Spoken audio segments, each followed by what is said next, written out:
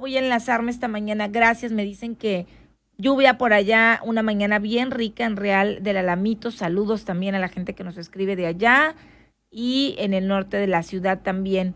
Ahorita damos lectura a sus mensajes. En tanto, me enlazo esta mañana con el alergólogo, el doctor Alberto Monteverde. Vamos a estar platicando sobre esta disminución de casos. Ahorita le daba a conocer 5 muertes ayer, 79 nuevos casos, tenemos 2.754 muertes hasta el momento y 29.884 casos registrados. ¿A qué se debe este desacelere de casos? Ayer comentaba el doctor que tiene 12 días en la consulta particular sin registro de casos COVID, lo cual es una buena noticia, pero ¿a qué se debe esto? ¿Y qué hay que seguir haciendo para evitar pues suban de nueva cuenta los números de casos? Nos responde el doctor. Muy buenos días, doctor. ¿Qué tal? Buenos días. Buenos Sí, días. ah, pues ya volvieron a mejorar el récord porque ya ayer aparecieron 3 nuevos casos que no había tenido yo. ¿A Pero aún poco? así, Pero tres ya casos tenía 12 en días, 11 ¿verdad días, usted? sí, aún así 3 casos en 11 días sigue siendo una casuística muy baja. No digo, no soy el parámetro, hay muchos médicos que ven COVID, pero en general, platicando con varios de ellos, me comentaban lo mismo, ¿no? Una disminución importante en el número de pacientes que habían estado viendo y una desocupación hospitalaria. Si comparamos los números de mediados de julio y luego mediados de agosto con los de septiembre, aunque todavía hay casos en septiembre, evidentemente, pero sí han bajado prácticamente de un 50 a un 70% el número de tanto de infectados como de pacientes que fallecen por COVID. Esa disminución se debe en gran parte, pues número uno, a la tendencia de la curva, es el comportamiento normal de la curva que llega a una meseta con picos altos durante varios días y después empieza a disminuir. Y dos, aparte del comportamiento normal de la curva, pues se encuentra en situaciones específicas dentro de la entidad, específicamente hablando de Hermosillo, Obregón y Guaymas, en los cuales el calor húmedo pues genera una disminución en la posibilidad de transmisión. Sin embargo, hay que recordar que estas situaciones, tanto del medio ambiente como del comportamiento de la curva, se pueden ver alteradas si existe una reactivación económica sin protocolos. Es decir, si nos reactivamos todos sin el uso del cubrebocas, sin la sana distancia y sin el lavado de manos frecuente, pues vamos a empezar a ver picos, ¿verdad? Otra vez, en cuanto las condiciones climatológicas cambien, vamos a volver a empezar a ver picos de reactivación, es decir, un aumento en el número de casos y luego otra vez una disminución, y luego un aumento en el número de casos y luego otra vez una disminución, que es la característica de los picos, que se pueden, decía yo, empalmar con una segunda ola que probablemente ocurra por ahí de los meses de diciembre y enero, que es cuando tenemos realmente el frío más intenso en la región y que es peligrosa porque se puede empalmar con la temporada de influenza y hay que recordar que alguien puede tener las dos infecciones al mismo tiempo o confundir el diagnóstico porque son síntomas muy parecidos los Y de la hacerse el influenza contagio, y ¿no? las Porque del pues si COVID. te dicen que es Así es. influenza y resulta que tienes COVID y no te cuidas, pues vas a estar ahí contagiando a medio mundo. Así es, sí, sí. Hay que tener eso muy en consideración ahora que empiece el otoño-invierno. Entonces, lo más fuerte, un posible rebrote, decíamos, podría ser en octubre. Entonces, se traslada ya más que nada diciembre, enero, de acuerdo a los datos que nos da. Diciembre, enero es una segunda oleada, Ujú. pero los rebrotes vamos a empezarlos a ver pues prácticamente desde ya. Es decir, esto de la reactivación pues genera de repente que ocurra alguna semana, algunos días en los que tengamos un aumento en el número de casos y luego de repente a la siguiente semana otra vez una disminución. Ujú. Eso nos habla de grupos de gentes que convivieron juntos en algún momento determinado en estos días sin las medidas de protección adecuadas.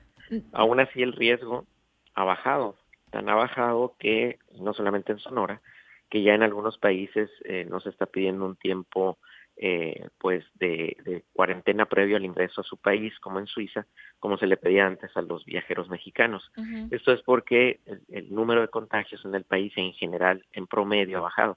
Efectivamente, se comporta muy diferente la pandemia en Mexicali que en Monterrey, que en Yucatán, que en la Ciudad de México, que en Veracruz, porque tiene mucho que ver con la densidad de población y el clima. Entonces no es lo mismo lo que está ocurriendo aquí que lo que está ocurriendo en otros lugares. Pero aún así, si promediamos, en general, en todo México, sí va bajando el número de casos de forma sustancial. Doctor, ayer dejaba la víbora chillando, como dicen en mi pueblo, con el tema de la influenza, porque daba a conocer dos tipos de influenza que yo no conocía. A ver, platíqueme, por favor. Ahí Sí, en Twitter. se han encontrado ahora en murciélagos, inclusive otra vez, algunos virus de la influenza que no han pasado al ser humano, Ujú. afortunadamente. Es poco probable que pasen necesariamente en los próximos años. Es Ajá. decir, hay que recordar que los murciélagos tienen, bueno, hay prácticamente 500 diferentes especies de murciélago y más de 5,000 coronavirus diferentes, ¿no? Y eso pues no es una situación que nos preocupe, más bien es una situación que nos debe de ocupar, porque esta pandemia que estamos viendo, pues no va a ser no es la primera ni va a ser la última. Entonces, más bien, como humanidad y como grupo de seres vivos, pues tenemos que ubicar nuestra prioridad de inversión económica en la búsqueda de tener laboratorios que generen investigación sobre la producción de vacunas, porque esto que vemos, que pasó ahorita, pues aunque parezca así muy severo, la verdad es que pudo haber sido mucho peor si hubiera sido algún otro patógeno mucho más agresivo que el COVID. Ujú. Entonces hay que más bien ubicarnos en ese contexto. Esto es algo que generacionalmente vamos a seguir viendo más adelante con otro tipo de virus, que Dios no quiera pues no sean tan benévolos, por así decirlo, como el COVID. Ujú. Entonces es algo que nos debe ya de ocupar Ponerlos en el las futuro. antenitas, ¿verdad? Así Sí, bien hay que encendidas ahí los pensarlo bien. expertos. Sí, Doctor, hay muchas posibilidades de que en próximos 10, 20 o 30 años volvamos a tener otra pandemia, efectivamente. nunca pensamos que nos iba a tocar esto. Yo en mi vida pensé que iba a vivir este tipo de pandemia y esperemos que no venga otra peor, como usted dice. Y ahí los investigadores pues tendrían que Y es que, anticiparse. claro, pero a veces de repente se nos olvida, y a ti ya te tocó una pandemia previa, te Ujú. tocó la del 2009. Sí, me Pero es que a tocó lo la de mejor, la de influenza. ajá, y brotó aquí en México, aquí fue el Ujú. epicentro. Pero es que esa no generó tanto contagio por lo que es el número RO de la influenza, que tiene más dificultad para diseminar la infección. Ahora, Pero doctor, cada cierto tiempo hay pandemias.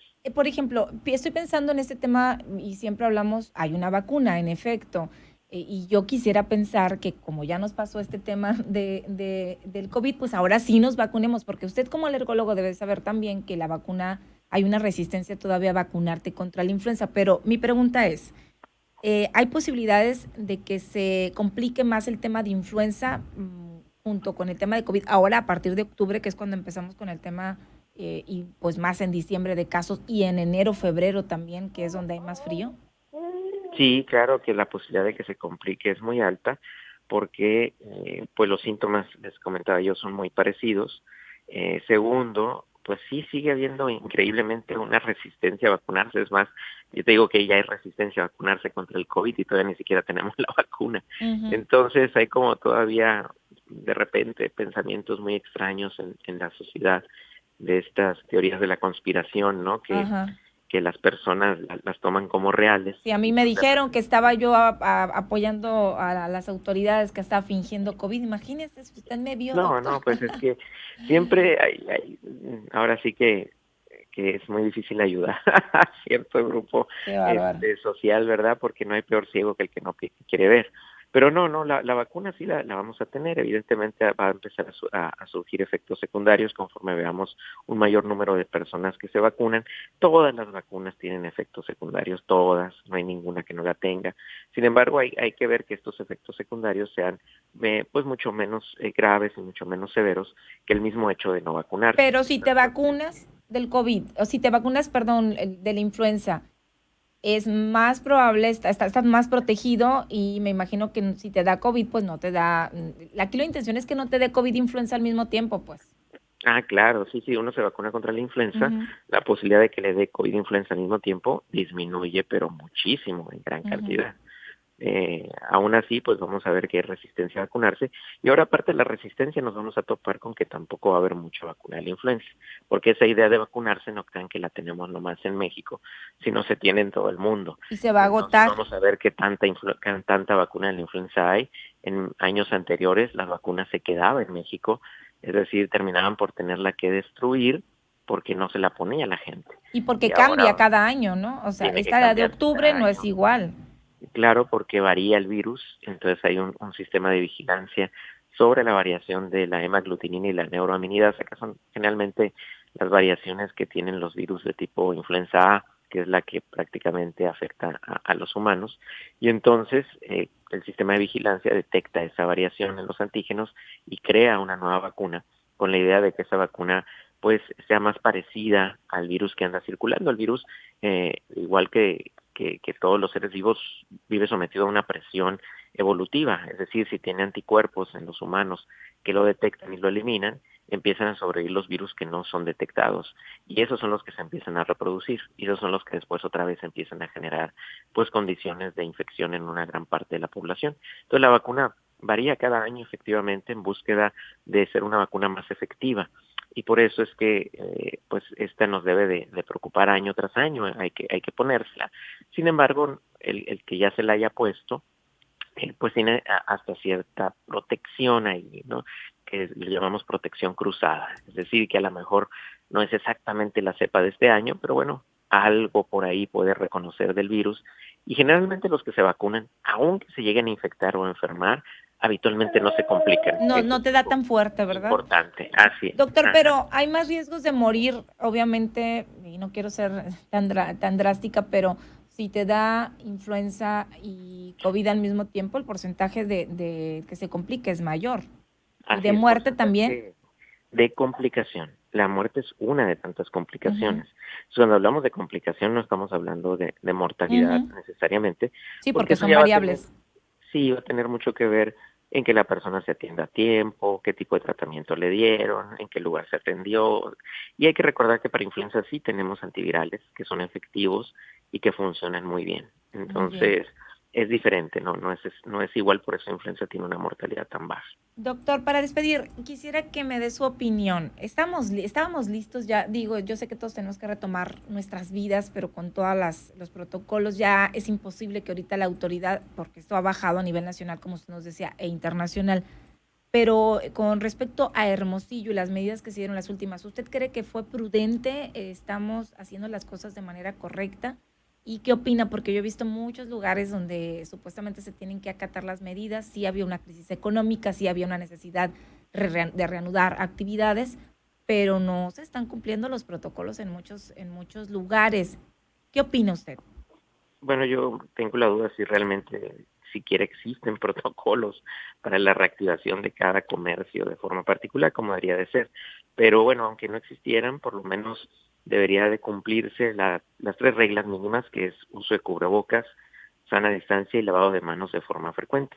Hay que recordar que el cambio de semáforo no quiere decir fin de la pandemia, quiere decir reactivación económica y que sí es necesaria y que sí hay que hacerla porque ese es de los momentos más bajos que hay en el número de contagios y hay que aprovecharlo, pero hay que recordar que si lo hacemos de forma desordenada, pues el semáforo puede ir para atrás, así como fue hacia adelante, de repente puede pasar de verde, amarillo y rojo otra vez.